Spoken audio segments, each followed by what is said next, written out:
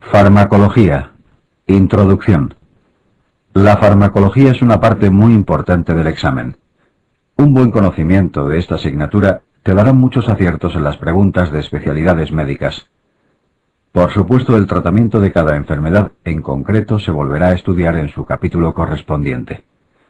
En esta clase, lo que más nos interesa es hacer énfasis en los aspectos más preguntados de cada grupo de fármacos.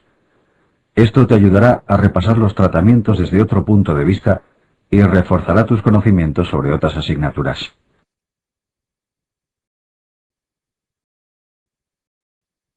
Conceptos básicos. Biodisponibilidad. A continuación vamos a exponer algunos conceptos de farmacocinética muy preguntados en el examen. Sobre farmacocinética podríamos extendernos durante horas, pero no merece la pena. Las preguntas sobre ella son muy escasas, por lo que nos centraremos en lo más rentable. El primer concepto que vamos a revisar es el de biodisponibilidad. Cuando se administra un fármaco, parte del mismo alcanzará inalterado el torrente sanguíneo. Esta fracción de fármaco se conoce como biodisponibilidad. Como puedes imaginar, varía en función de la vía de admisión.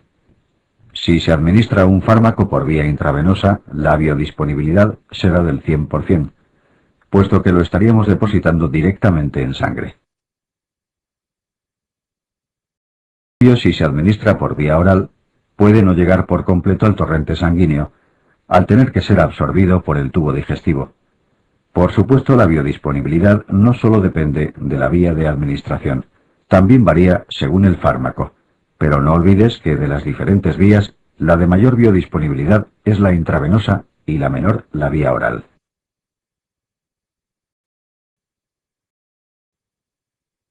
Vida media.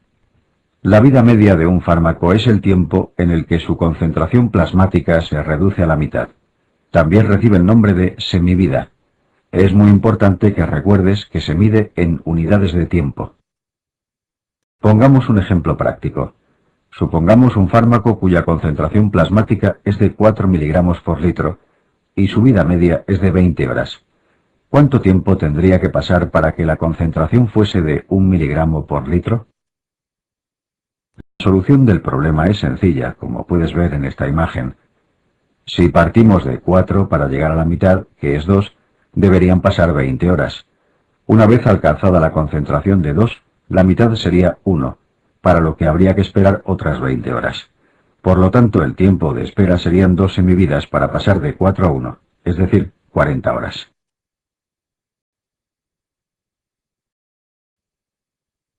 Aclaración. El aclaramiento de un fármaco es una unidad de volumen. Representa el volumen de plasma que queda libre de fármaco por unidad de tiempo. El aclaramiento de una sustancia suele ser a cargo del hígado o del riñón, que son los órganos más implicados en la eliminación de fármacos. Para el cálculo del aclaramiento es la que te mostramos aquí.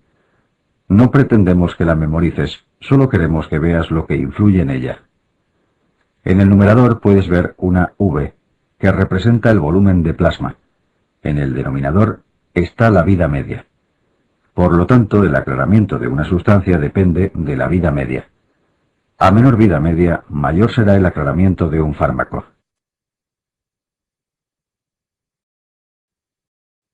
Biotransformación de fármacos. Como sabes, el hígado es el órgano donde se metabolizan la mayoría de los fármacos. Esto es algo lógico, puesto que es un órgano con gran aporte sanguíneo, abundantes enzimas metabolizadoras y de gran tamaño. El primer paso en el metabolismo de muchos de ellos es a cargo del citocromo P450, que es un conjunto de enzimas de tipo oxidasa. La actividad de estas enzimas puede ser inducida o inhibida por multitud de fármacos. Existen algunos que debes recordar que son los que incluimos en las tablas adjuntas. Concepto de agonista y antagonista. Un fármaco agonista es el que se une a un determinado receptor de forma que consigue un determinado efecto. Por ejemplo, la fenilefrina es un agonista de los receptores alfa-adrenérgicos a los que es capaz de estimular. En cambio, un fármaco antagonista es el que se opone a la acción de un determinado receptor. Por ejemplo, el propanolol es un bloqueante de los receptores beta-adrenérgicos. De este modo, antagoniza las funciones propias de estos receptores. De agonista parcial. Un agonista parcial se une al mismo receptor que un agonista puro. La diferencia consiste en que el agonista parcial obtiene una acción farmacológica más débil, es decir, es menos eficaz que el puro. Un ejemplo de este tipo de antagonismo son los betabloqueantes con actividad simpático-mimética intrínseca, como el pindolol. Producen una leve respuesta beta, siempre menor a la que correspondería a un agonista puro, pero sin llegar a bloquear completamente la acción del receptor, como haría un antagonista.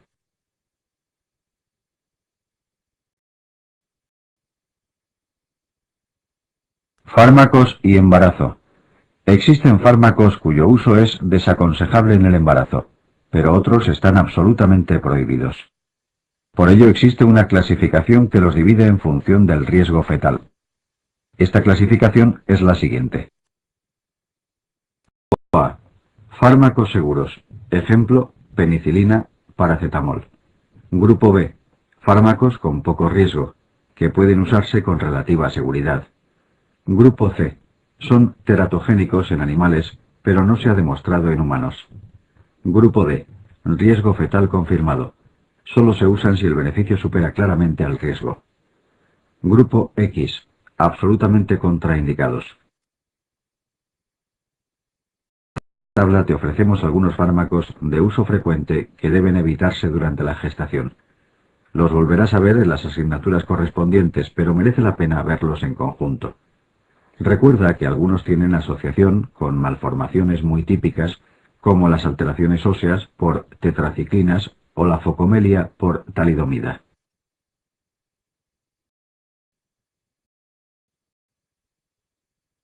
Antibióticos. Los antibióticos son un tema muy importante en el examen porque pueden ser preguntados en muchas asignaturas, no solo en infecciosas y farmacología. Vamos a hacer una revisión de los aspectos más preguntados hasta ahora, obviando contenidos menos rentables. En primer lugar, a modo de introducción, te presentamos una tabla resumen de uso muy general. Por supuesto, hay muchas excepciones, y en cada asignatura encontrarás el tratamiento específico de cada infección. Esta tabla puede serte útil en caso de que no recuerdes el antibiótico de elección, porque te permitirá elegir entre los más razonables para ese microorganismo. Complétala con estos dos guiones. Para cubrir aerobios gram positivos y gram negativos a la vez. Cefalosporinas y quinolonas. Recuerda que estos dos grupos no cubren anaerobios, salvo algún fármaco muy concreto que después veremos. Para cubrir aerobios gram positivos y anaerobios. Clindamicina. Antibióticos betalactámicos.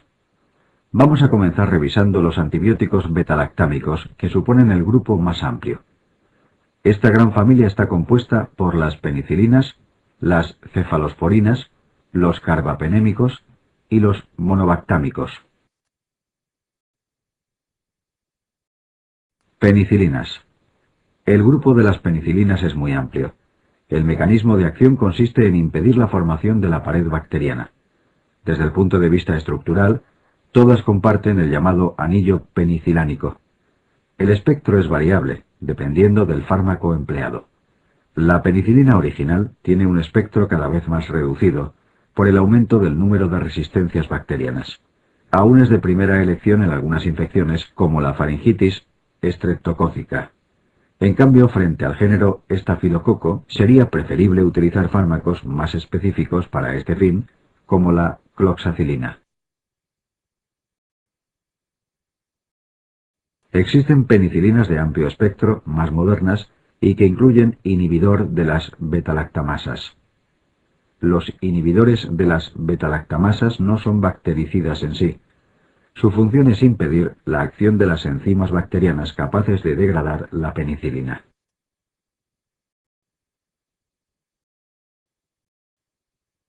Las penicilinas son una causa frecuente de reacciones de hipersensibilidad dentro del total de antibióticos. Es relativamente frecuente que se manifiesten como toxicodermia o como nefritis intersticial. También pueden inducir una anemia hemolítica COMS positiva, es decir, con participación de anticuerpos producidos por el propio paciente. Sobre los efectos secundarios de naturaleza alérgica, hay que tener en cuenta que puede haber reacciones cruzadas con otros betalactámicos. Existen algunas penicilinas en concreto con efectos típicos. Por ejemplo, la cloxacilina produce hepatitis tóxica con cierta frecuencia, o la nefritis túbulo-intersticial por meticilina. La diarrea es un efecto secundario común. Su frecuencia aumenta mucho cuando se administra ácido clavulánico junto con la penicilina.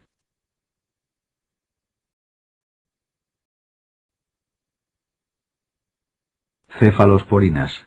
Las cefalosporinas, como las penicilinas, han evolucionado bastante a lo largo de los años. Las de primera generación se reservaban fundamentalmente para cocos gram positivos. Las de segunda aportaban algo más de espectro frente a gram negativos, pero ninguna era capaz de cubrir pseudomonas. Más adelante, cuando surgen las de tercera generación, el espectro se amplía. Dentro de las de tercera generación, las hay que no cubren pseudomonas, como ceftriaxona o cefotaxima, mientras que la ceftazidima sí lo hace. La última generación de cefalosporinas se ve representada por la cefepima, que también ofrece cobertura frente a pseudomonas.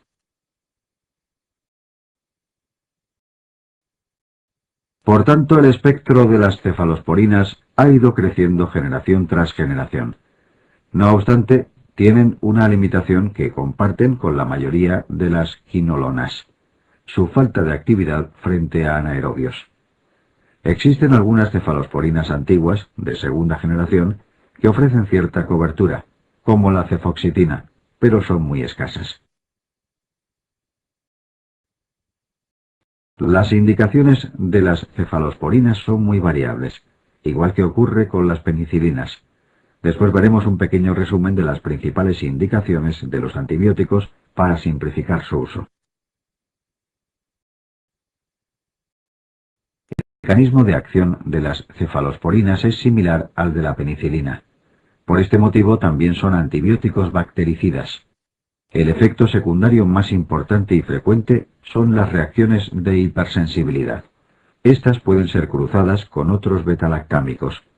Otro efecto destacable es la nefrotoxicidad, especialmente entre las de primera generación, que se potencia al combinarse con aminoglucósidos. Por otra parte, existen algunas que pueden producir alteraciones hemorrágicas por alterar la formación del complejo protombina, como sucede con el cefamandol. Esta misma cefalosporina produce efecto antabús, por lo que no se puede ingerir alcohol durante el tratamiento.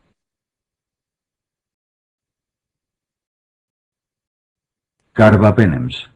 Los carbapenems, como las penicilinas y cefalosporinas, pertenecen a los betalactámicos. Los fármacos más representativos son el imipenem y el meropenem. Son los antibióticos más potentes y de mayor espectro. Por ello se reservan para uso hospitalario en el contexto de infecciones multiresistentes o muy graves. Por ejemplo, una típica indicación del meropenem son las complicaciones infecciosas intraabdominales de la pancreatitis. Como efectos secundarios pueden producir reacciones de hipersensibilidad, cruzadas con otros betalactámicos. Una reacción adversa bastante típica son las convulsiones. TAM, Aztreonam. El aztreonam es un betalactámico cuyo espectro se limita a gérmenes gram negativos. Es importante recordar que es el único betalactámico sin reacciones de hipersensibilidad cruzada con otros fármacos del grupo. Por ello puede emplearse en pacientes con alergia a penicilina. Glupopéptidos. El grupo de los glupopéptidos lo constituyen dos fármacos: vancomicina y teicoplanina. Su mecanismo de acción es bactericida, impidiendo la formación de la pared bacteriana. Su espectro se limita exclusivamente a microorganismos gram-positivos. De hecho, suele reservarse para los más resistentes a otros antibióticos. No olvides nunca que son el tratamiento de elección frente a Staphylococcus aureus, resistente a meticilina. Esto ha sido preguntado muchas veces.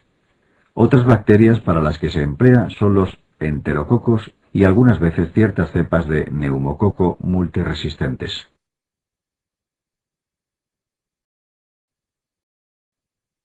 Es importante que retengas 3 efectos secundarios. El síndrome del hombre rojo es la reacción adversa más frecuente. Solo aparece con vancomicina y tiene relación con la velocidad de infusión. Se debe a un mecanismo de liberación de histamina y afecta a la mitad superior del cuerpo. La ototoxicidad y la nefrotoxicidad son comunes con los aminoglucósidos. Desde el punto de vista bactericida, aminoglucósidos y glupopéptidos son sinérgicos, pero también lo son para estos efectos adversos.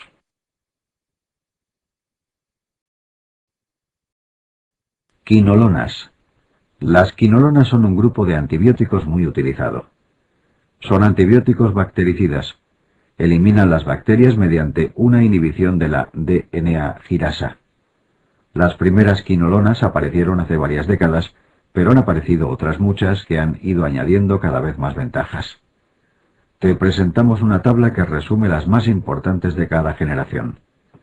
En realidad existen muchas más de las que aquí figuran y algunas de ellas han sido retiradas del mercado. Este fue el caso del trovafloxacino, que se retiró hace algunos años por ser hepatotóxico. Globalmente el espectro de estos antibióticos puede considerarse amplio. Presentan el problema de no cubrir microorganismos anaerobios, excepto las de cuarta generación, que sí lo hacen. No obstante, no son los antibióticos más utilizados para este tipo de infecciones. Es destacable la reciente aparición de una nueva quinolona, llamada nadifloxacino, de aplicación tópica y que ofrece cobertura frente a anaerobios. Actualmente su principal indicación es el acné. No olvides que las quinolonas son fármacos teratógenos, por lo que están contraindicadas en el embarazo. Tampoco son aconsejables durante la infancia, puesto que producen alteraciones del cartílago del crecimiento.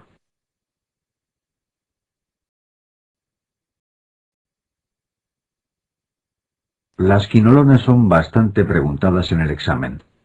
Existen muchas más indicaciones de las que aquí figuran, pero estas no deben ser olvidadas.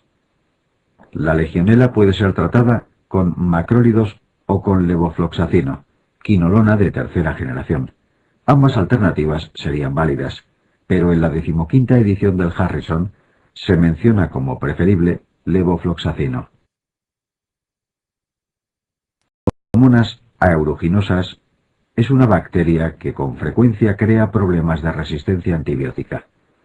Existen mejores alternativas que las quinolonas, pero hay una de ellas especialmente importante, el ciprofloxacino. Insistimos en este punto, porque es el mejor antibiótico que puede emplearse por vía oral frente a esta bacteria. Por vía parenteral existen mejores alternativas, como la cefepima o la ceftazidima.